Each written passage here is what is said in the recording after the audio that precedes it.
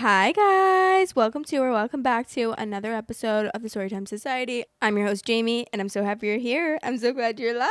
Thanks for tuning in to another episode. The theme of this episode is True Off My Chest with updates, so let's get into it. The title of the first story is I hate that my boyfriend is going out for drinks with his ex on Valentine's Day. Jesus, because I would too. I have no problem with my boyfriend going out for drinks with his ex. They broke up many years ago. She lives away and is visiting for a week or so. They didn't have a bad breakup. It was bad timing, and they've stayed in contact since. She seems like a nice person. I also don't do Valentine's Day. I don't like getting presents or spending time with someone because they feel obligated to. I want that stuff to be natural and because it's wanted, not because it's forced. I don't expect today to be any different from any other day. But the two lining up does suck. It sucks that I'm here alone, watching everyone do posts about Valentine's Day and watching what everyone is doing, and he's out with his ex. It's not that I automatically think he's cheating or that it's romantic or that it's wrong. He messaged me saying it's weird and so nice to see her. It just sucks. And I hate that I feel like crying. I hate Valentine's Day. I've never had a good one. It always feels like shit. I don't want to celebrate it. I don't want to be a jealous girlfriend. I don't want to feel so lonely. I just don't want this. But ultimately, I'm not going to say anything. And I know that's my fault and my failings. So instead, I'm just going to be at home alone and cry. Okay, well, I think that you not wanting to celebrate Valentine's Day doesn't mean that your boyfriend shouldn't celebrate Valentine's Day with you. I think the reason you don't want to celebrate Valentine's Day is that you've never had anyone prove to you that Valentine's Day can be good and can be nice, and it's not an obligatory thing. It's just because if you love someone, there's a day, and then it gives you a reason to do stuff. And I'm not saying that that's the only day that you should do stuff. Like, me and my boyfriend, we go on dates. He gets me flowers. I'll like get him cute things sometimes. Like, we always try to do that stuff, but it's also just fun to have a day that is dedicated to that and that it's like a nice fun thing. But of course I think that your relationship outside of Valentine's Day should still be the same. It's just another fun day, like, to show each other love. And I think that if you love someone, then you don't feel obligated to do that. You just do it because you love that person and you want to show them a good day on Valentine's Day. So I definitely think that your boyfriend is kind of a loser and he kind of sucks. And why is he going out with his ex? Why is there any fucking reason that you need to be going out with your ex? And then not only that, but on Valentine's Day? No. Relevant comments. Why didn't you just tell him it bothered you? It's very weird that he's out with an ex on Valentine's Day. Whether you celebrate it or not, they are going out surrounded by people in love while you're at home. Why would he go out with an ex on Valentine's Day? That is so disrespectful. OOP said, he told me a few days ago she was coming to visit for something in town. He said he wanted to go to coffee with her to catch up sometimes. He was working till 7 p.m. this evening and we didn't make any plans. He wants to do dinner at some point but has yet to arrange that. He just sort of messaged me saying, finished work, going out to drink with ex, then going home. He's still out with her. Didn't really give me a chance to say anything. Going out for coffee sometime and going out for drinks on Valentine's Day are very different things. I just feel like a fucking idiot. If you want extra content weekly, head over to patreon.com/storytimesociety and become a member on there for extra content. Love you. That's so true. Going out for coffee versus going out for drinks on Valentine's Day. Not sure why he would ever think that was okay, but the fact that he does means that he is not worth your time, sissy. No. This person said, anyone notice that OP is poly? LMAO, he's effing her. He's literally allowed. OP said, we are poly, but we have a no exes or friends rule, and we have to tell each other before something gets physical. I don't know if this is a romantic date or not. If it is, that would be still classed as cheating in our relationship. Oh, yikes. Okay. Update. This is the same day. So, update for people to kind of explain my headspace. I feel worthless. So I didn't recognize how letting lots of little things go was things I actually cared about until last night. I felt hurt, but felt that I shouldn't be allowed to. He's not a bad guy. He just is stupid and oblivious to how he makes me feel sometimes. And that's not his fault. I can't communicate my feelings because I feel I have no right to them. I have a lot of issues and I'm really messed up. I'm still trying to figure that out. I want to be in therapy, but that's not available where I am. I am disabled with no ability to work or go private. It came to a head last night because I realized I was hurt and angry, but immediately shut those feelings down. And I guess I finally realized that I shouldn't do that. I've told him that we need a break, that I don't know how to proceed. That yes, he often makes me feel worthless because he says nice things and says things that he wants to do, but actually does the opposite. My boyfriend loves in words, not actions. I feel love in actions, not words. And yes, I am poly. I've been in a happy poly relationship before because I struggle with monogamous relationships.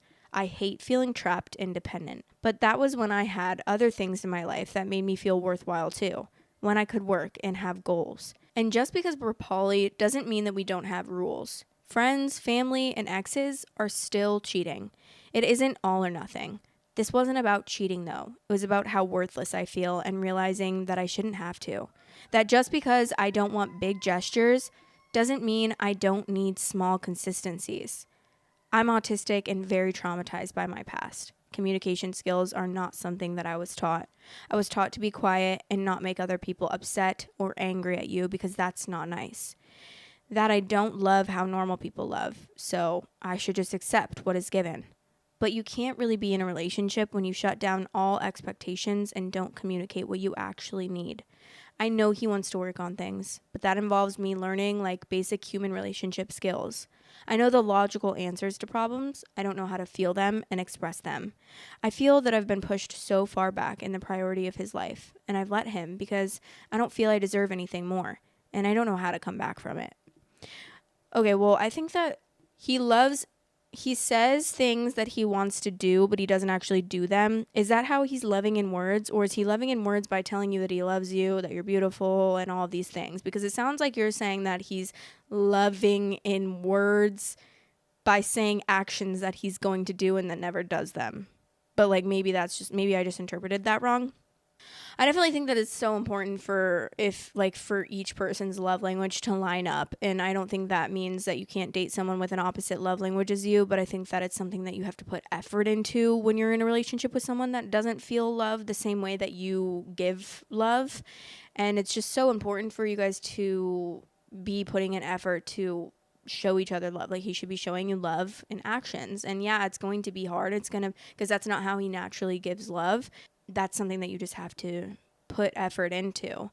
And then I just also feel like it seems like you are very aware of the issues that you have. And I honestly think that is the first step of working on things that you need to work on. Like it seems like you know everything. So, and obviously it's going to be a challenge, yes, and especially with, autism and the way that you grew up and all of those things that make you different, but also makes you beautiful and makes you unique and makes you your own person. And I think that it's very possible for you to work through those things, especially being aware and being self-aware, because it really sounds like you're so self-aware in the things that you need to work on. And that's such an important thing when you're in a relationship and when you're working on things. But I also think there's a lot, and of course therapy, like you said, would be great because there's a lot of insecurity that I'm feeling from the things that you're saying. And I think that it's so important to work through those insecure feelings just to be happier with yourself. Not even, obviously the relationship is going to benefit from that too. But I think the most important thing is that you're happy with yourself and that you realize your worth so that you don't accept things that you shouldn't be accepting from other people. Okay. Someone said if your communication and relationship skills are terrible, then maybe, just maybe, you shouldn't be in a relationship. Since you're so traumatized and you're recognizing it, I don't know how you figured any relationship would work. Be so for real. Ew, I hate that comment. I hated that so much. That was so rude. OP said, yeah, I know. I thought I was doing better. I didn't want a relationship, and I told him that. But I pushed that aside to take a chance because he said he fell in love with me. And he's been patient with me. And I guess I just thought it's better to take what is given than to expect more. But it's not. I don't communicate. I need actions, not words. He gives words, but no action. It's hard admitting you're not arrow, but also not being capable of a proper relationship. I don't know what that is. Not ARO. Oh, I know what that is because I've literally said that before. I said, I don't know what that is, but it's aromantic or whatever.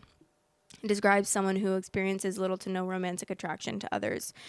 And I don't think that means that you can't be in a relationship or that you shouldn't be in a relationship. I think that you can still be in a relationship, but you just have to work through your feelings. And this person can actually fuck off for commenting that. That's so rude of them.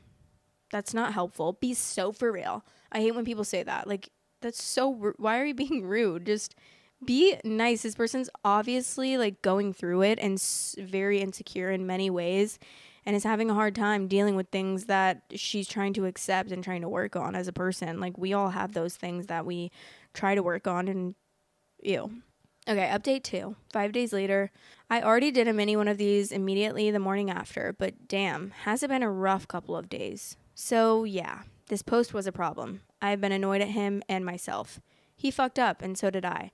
It was never about whether I thought he was cheating. I know he didn't cheat, and I don't think he will. Yes, we're poly, but we still have the ability to cheat on each other by breaking rules that we have in place. This was more about realizing I have felt very unloved and worthless, not because of this one act, but because of months of his lack of actions and a year of degrading health that has taken away everything that gave me meaning and made me feel worthwhile. When I got the message that he wanted to take me dinner but hasn't planned it, a dinner he had been wanting to take me on for over a month but never found the time to, but found the time to suddenly go out for drinks with someone else, it hurt, and I didn't understand why. It wasn't because it was Valentine's Day. It was because I'd seen everyone talk about how they felt loved, and I realized that I didn't. Because at the same time, I was planning a mini trip for his month next month, and realized he wouldn't do the same for me if he couldn't even arrange a dinner or an evening together that wasn't just on the sofa. That just because this activity didn't have an immediate deadline didn't mean that it wasn't important. And I realized through this post that my immediate reaction to that was to push it down and not say anything, which makes me stupid and pathetic. No, it doesn't. Stop. So yes, I have told my boyfriend how I feel. It's not about big gestures. It's not about who he chooses to spend his time with. It's about the fact that he couldn't find the time to spend with me. That if he wanted to be with me, he would have been before this point. Saying you want to be with someone, do things with someone, but constantly fail to do them is a problem. I've also got a lot of work to do with my own self-worth and communication ability. I lack a lot of the basic skills of recognizing my emotions and being able to communicate them. There's many reasons for this. Not excuses, but what has created this situation. I need to get better at that for myself, but also for anyone I'm attempting to have a relationship with. Me and my boyfriend have taken a couple days apart to think about where we want to go from here. Ultimately, talking about the state of the relationship is only part of the solution. What's more important is the actions that we take going forward. I need to be more vocal in recognizing my wants and feelings. He needs to show me that he loves me and wants to be with me, not just tell me. I know people are going to be angry. I'm not just immediately breaking up with him, but this was never about cheating. Relationships breaking down aren't always about that. A lot of the time, it's more nuanced than that. And worrying someone else is cheating is often more about the lack of self-worth than what is actually happening. I also don't believe you can't be friends with exes. I also strongly don't believe men and women can't be friends. This is a very cis-het view on relationships and people. If you can't be friends with people you are potentially attracted to, how the hell do you think bi and gay people exist? I'm bi, and in the circles I have known, this is never an issue. If you can't see people you've had sex with or the people you have the potential to want to have sex with as only objects of sex, that's a problem with how you view fellow humans. I'm not in competition with everyone he's been with and can potentially be with, as he isn't to me. A relationship between two people is about those two people. For those who are saying I need therapy, 100%, and I'm trying, but where I live and the lack of ability to work is making that very difficult. The NHS is only bothered if you are wanting to unalive yourself, or if you can be in the workforce, and where I live on a remote island where there are no private options. So I'm learning these myself with very little guidance. Realizing the difficulty of this and the toll it's taking on me is a factor completely of its own too. I don't know if we'll stay together. It depends on the coming weeks and probably months on whether we can get this stuff sorted and make progress to communicate better and give each other what we both are needing. Won't be updating on here anyways, regardless. Thanks for the people that actually tried to help and listen, not just jumping to insult me or make me feel worse. Thanks to the people reaching out through messages too. The situation has taken a physical toll on me to where I've spent the last 2 days in bed with a migraine, not eating, so just haven't had the energy to make conversation. I'll do better for myself and expect more from my partner. I'd rather be alone and happy than in a relationship and constantly disappointed.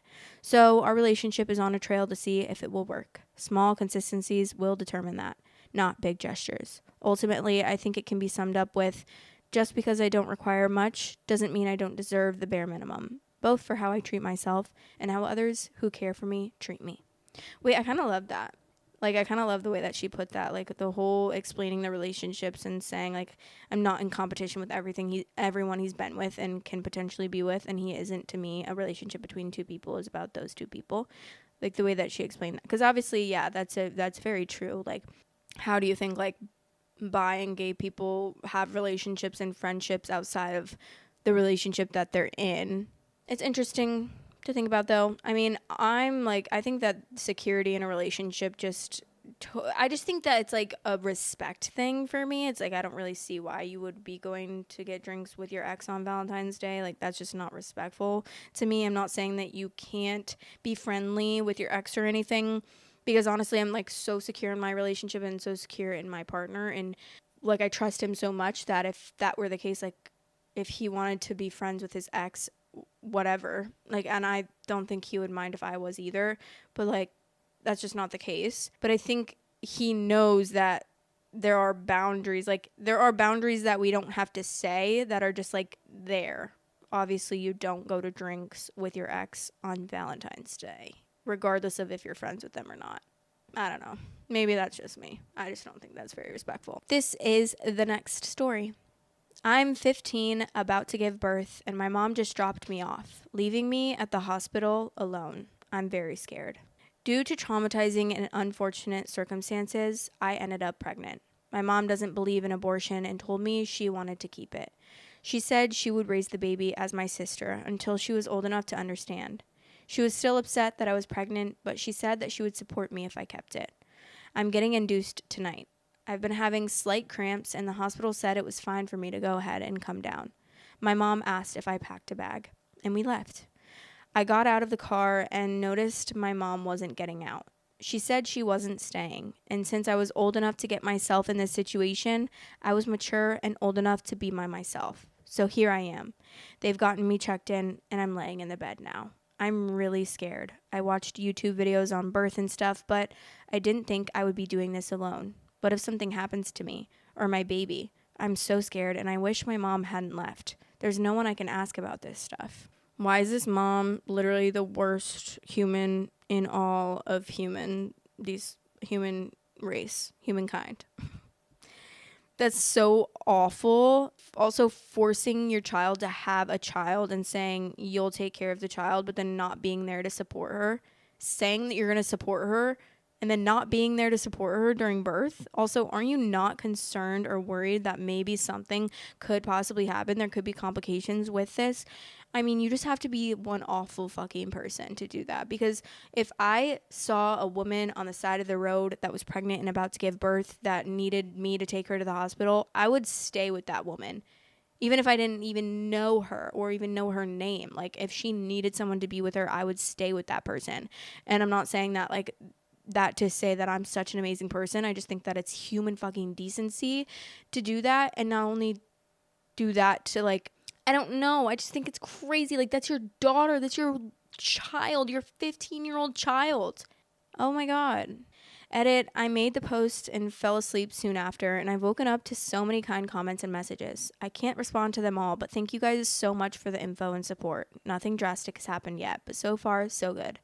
Edit 2, I'm doing fine, just uncomfortable, and I'm in a bit of pain. They pushed a pill in me to help me dilate. The nurse I was assigned to is super cool, and we talk about a lot of neat stuff when she comes in here. Edit 3, I see a lot of you think I lied to my mom or I was just doing stuff behind her back to get pregnant. I've chosen not to go in specifics for my own reason. However you believe I got pregnant doesn't matter to me. I know the truth. Edit 4, will probably be my last update for now. Just got a rush of intense pain and my head hurts, making it really hard to look at my phone. The nurse is giving me something in the tube attached to my arm to help, and it will probably put me to sleep. I will make a separate update post here on the subreddit, probably after my baby arrives and I'm resting. I will try to respond to messages, but no promises. I'm super anxious and I want to relax and focus. Thank you. I was gonna say I really hope that she, like, there's a nurse there that will see that she, like, doesn't have anyone and she's just a little child and she needs someone to support her, because I would be actually so sad if I were that nurse and I would feel like I needed to support her like she was my own daughter. She's literally 15. Like, I can't even imagine. Update. Look at my account for the first post that blew up. I did have my baby. She's in the NICU because of how high my blood pressure was when she came out. They wanted to make sure that she doesn't have a fever. I cried about 7 times during this entire thing. I even threw up, which was kind of gross. Very intense, but I didn't die, so that's a plus in my book. I only got to hold her for about 3 minutes before they took her, which was good, I guess, because the nurse said I kind of went into shock and I wasn't really moving. I just was staring at my daughter. She is 7 pounds and 6 ounces. The nurses said that she looked just like me. I'll never eat ice chips again. That's all I could have, lol. On the bright side, my aunt called me, very furious that my mother had just left me. So she's currently on her way to be there for me, a 5-hour drive. I guess my mom had told her. I've not spoken to my mom since I've given birth. I did tell her that she had arrived, but I've gotten no response. But that's okay. I'm feeling so weird. I've never loved anything so much. When I went to visit her in the NICU, she grabbed my finger and I just started sobbing. Like I went through all this pain for this little human, and it feels so worth it. I can't walk very well, so I have to have a nurse push me in a wheelchair. Hopefully, I'll heal up soon. I'm not sure what I want to do. Adoption is still an option, and it may be best if my mom won't financially support us. Still thinking on it, though. Still waiting on CPS or someone to talk to me. Was informed it would be soon. I'm feeling nervous about that. Thank you for all the kind words and messages. It really helps me feel less alone, like a little internet family. Aw. Wait, I feel so sad. I hope that she figures it out and does what's best for her, because obviously, like, that's such a hard situation to be in, and she's only 15, making all of these adult decisions that no 15-year-old should have to make. And obviously, she said she went through something traumatizing, which I can only assume what that is. Okay, the top comment says, next time you feel bad as a mom, think of this post. OOP's mom is a failure as a mother in every single way possible. So real. Not only that, but she deserved a worst grandma ever mug before the baby was even born. This person said, welcome to the absolute perfect example of pro-life conservatives. They don't believe in abortion, will fight tooth and nail to force someone to give birth, claim some holier-than-thou stance about the sanctity of life, but when it comes down to the actual birth or the safety of the baby and the mother, F you, you're on your own. They can barely hide their contempt for teen mothers, even if it's their own fucking daughters, as if just to prove how full of crap these brainwashed conservatives are. Here we are with OOP's mom, clearly disgusted with her own daughter, that she would leave a 15-year-old alone to give birth, with the parting wisdom of, you got yourself into this, you're old enough to handle it on your own. If there is an afterlife, I get solace for the eventuality of the absolute shock that'll be on the mom's face when she ends up in the fiery pits of hell. She deserves to burn in this life and the next. Whoa, that was poetic. That was poetic, honestly, T, and I agree with every single word. Seriously, my daughter is almost a year old, and I could never imagine abandoning her like that. It breaks my heart. I hope OOP is able to get the support that she needs, regardless of the decision that she ends up making. The person that reposted this said, I can't even imagine dropping a 15-year-old off to have a baby. What makes me angry is that OOP's mom doesn't believe the circumstances of conception, when we can all read between the lines to understand what happened. Super aunt to the rescue. I hope that this aunt can, like, talk her through what she can do, and I hope that this aunt, like, has resources or something, because I feel so awful for this girl, and I really hope that maybe she can go live with her instead of her mom, because I don't even know. I just feel so awful. It's so sad. In one of her comments, OOP says, I do not want the father involved. So not only does she know who it is, but hopefully there's enough distance between them that she won't be forced to interact with him. If she even has the ability to say she doesn't want the father involved, then hopefully it's at least not anybody she's currently living with. I figured it was some kind of grape, but, well, that doesn't contradict your statement. It's just so effed up. I really hope the best for OOP and her baby. I mean, right, like, that's what's kind of crazy. It's like, I mean, even if she wasn't and she just made a mistake, she should still have the option to not have a baby at the age of 15 years old. And her mom made her not by convincing her that she would take care of the baby when that's clearly not even what's happening. And then not only that, but she obviously knows what happened, and it's a traumatizing situation that we don't know what happened. But if this girl says it's traumatizing, I'm assuming it's something along the lines of rape or, you know, I don't know. And it's just crazy to think that there's mothers out there that won't support their kids. They'll support them. They'll force them to make a decision under the guise of it'll be okay, and like I'll support you and I'll take care of the baby because I don't want you to get an abortion. But then when it comes down to it, they're not even gonna be there at all. I really wish I could find out what happened. Wait, I'm gonna see. Ugh, I'm so annoyed. It was removed by Reddit. The original post was removed by Reddit. And her account was deleted. I'm so sad. I really wish I knew how this girl was. It was 3 years ago. So obviously the baby's probably like 3 years old. Aww. Oh, I'm on the original post actually, because the update was deleted, but the original one's still on here, but her account is deleted. And OP said, I'm doing okay, high blood pressure, so they're trying to get it down as it's not good for the baby. I'm only dilated a little, but they said that it's okay. I wonder if she commented anything else. I really wish that, like, this person said, my 15-year-old daughter got pregnant a few years ago. She came straight to me as soon as she suspected, and we went and bought the test. It came up positive, so we contacted the guy who would have been the dad. He came up with the money to pay for an abortion, and the three of us took off to the clinic one Saturday morning.